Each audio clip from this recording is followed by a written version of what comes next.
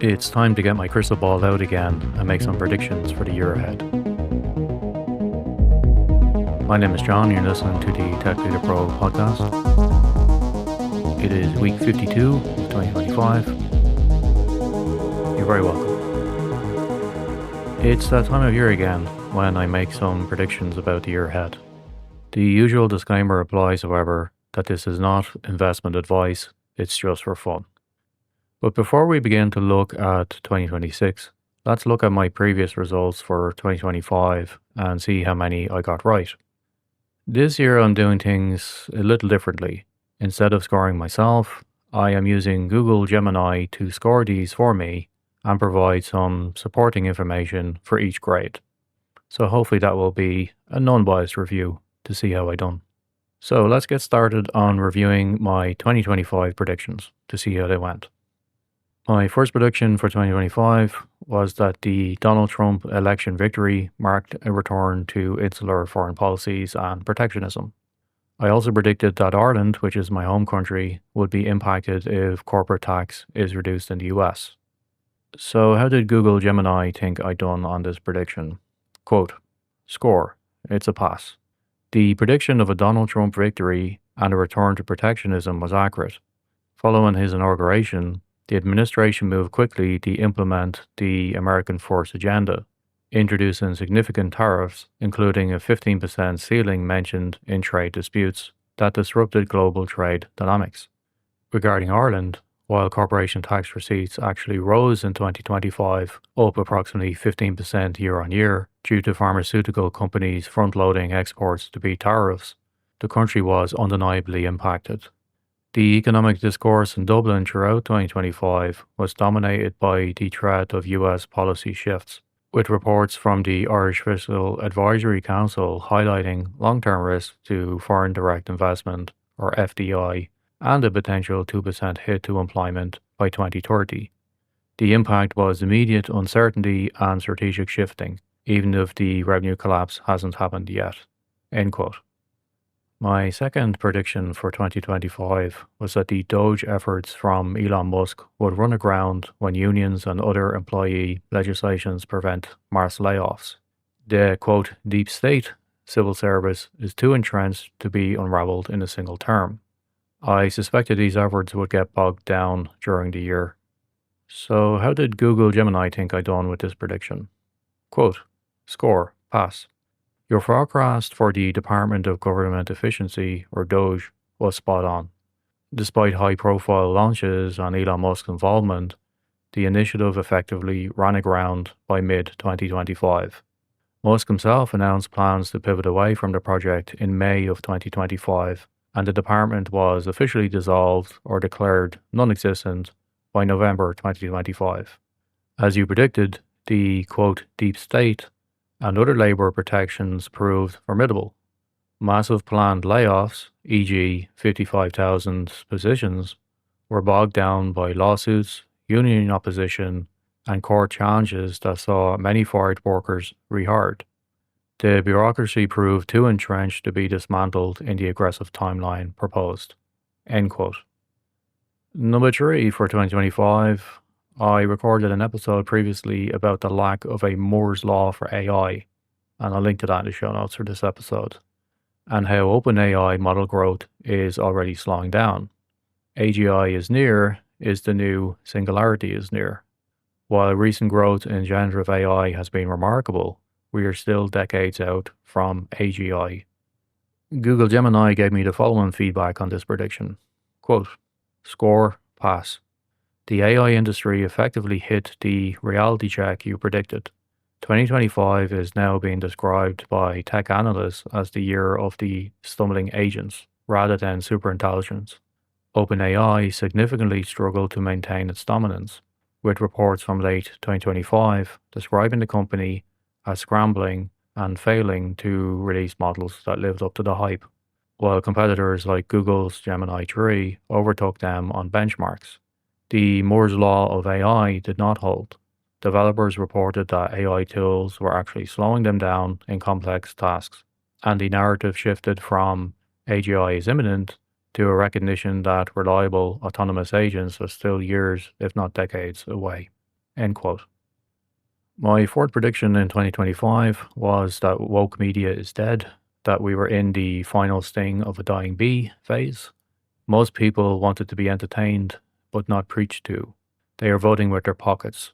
I expected large gaming and Hollywood companies to pivot back to their historical center grounds during 2025.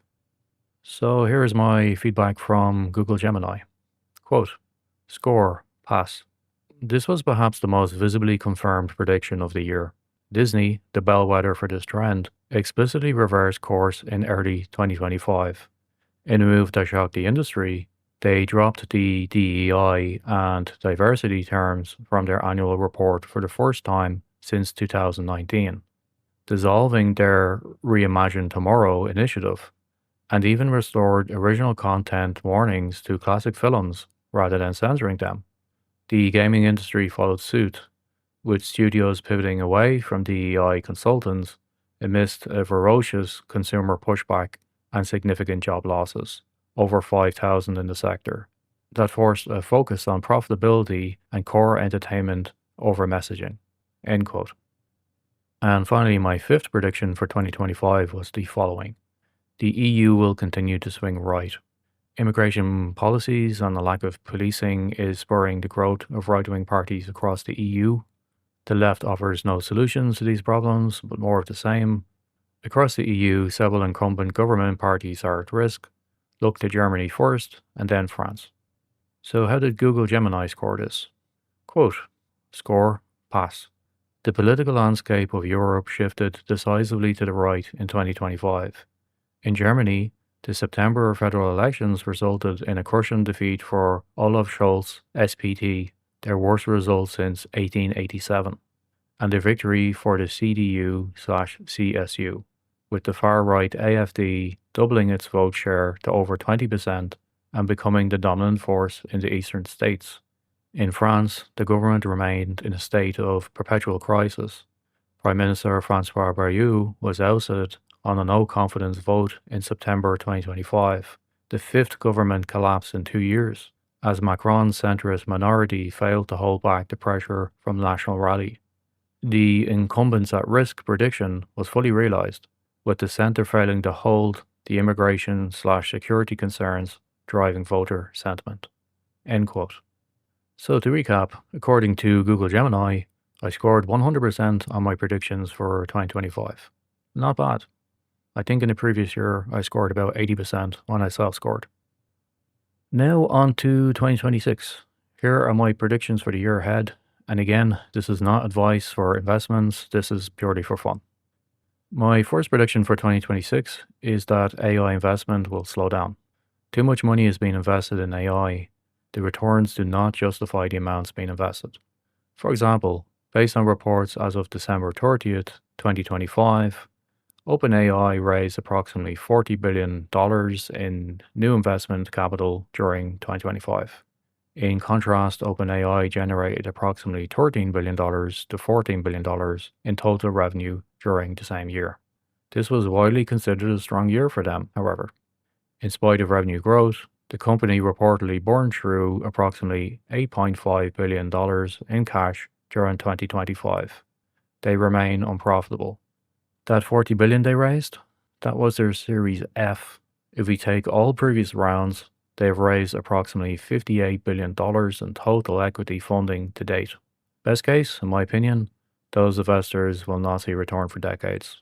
Sorry, but I do not believe the hype around AGI or artificial general intelligence, despite remaining bullish about AI overall.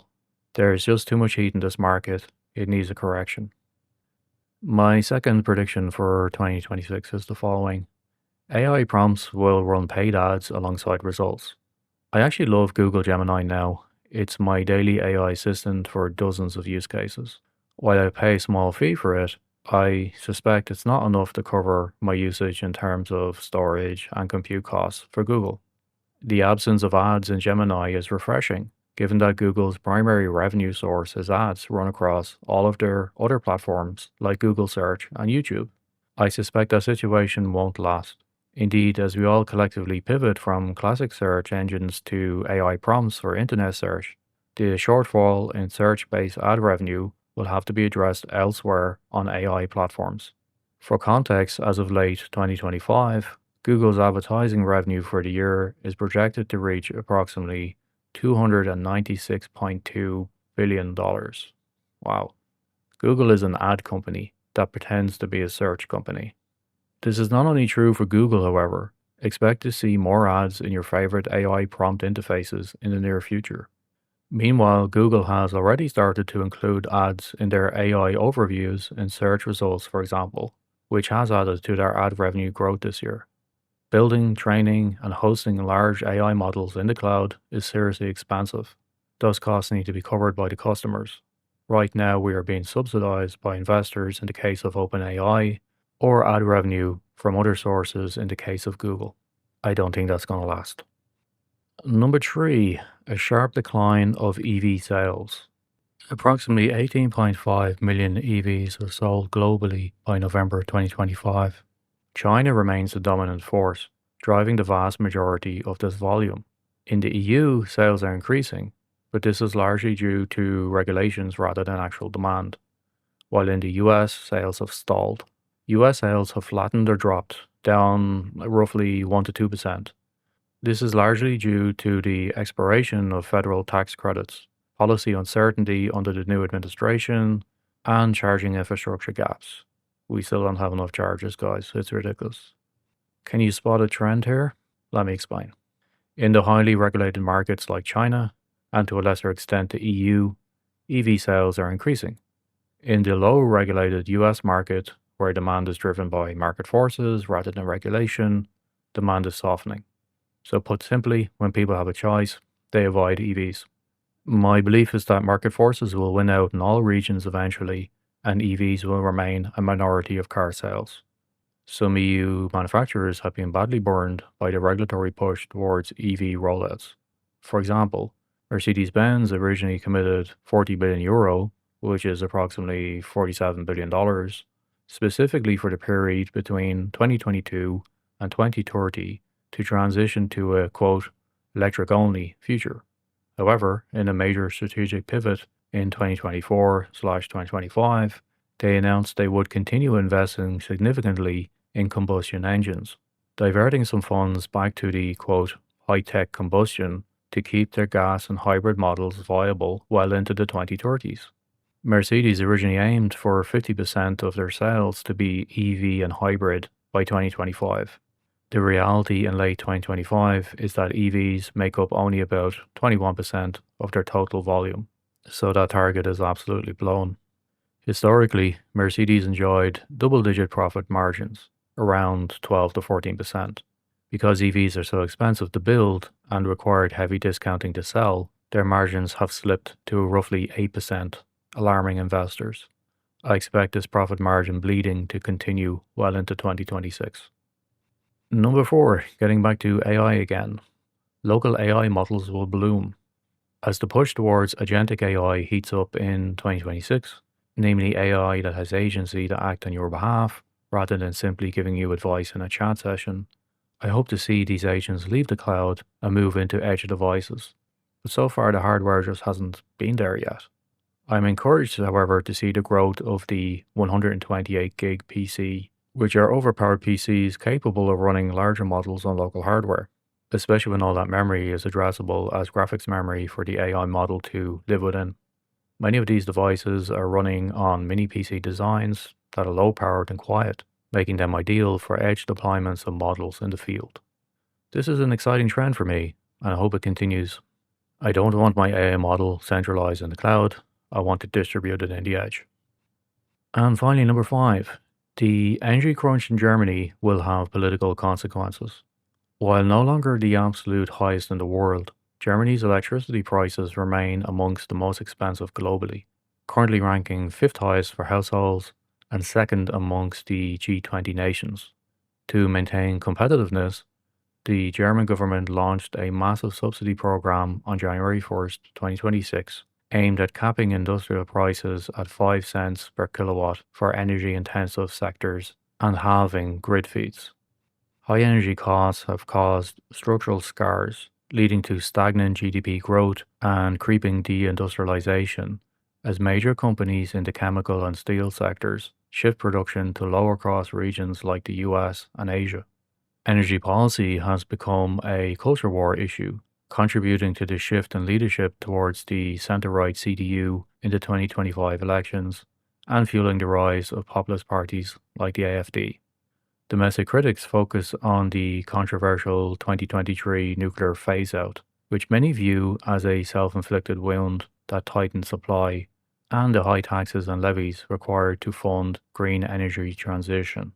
These high costs have led to transition fatigue amongst the public, with an estimated 7 million households facing energy poverty, creating intense pressure on the new administration to deliver visible relief on monthly utility bills. So there you have it, guys. These are my predictions for 2026. I do this every year. Let's check back this time next year and see how well I done. And remember, it's not advice. Please don't make investments based on any of this. It's just for fun. Happy New Year. I wish you and yours a very successful 2026. Let's get after it. Take care.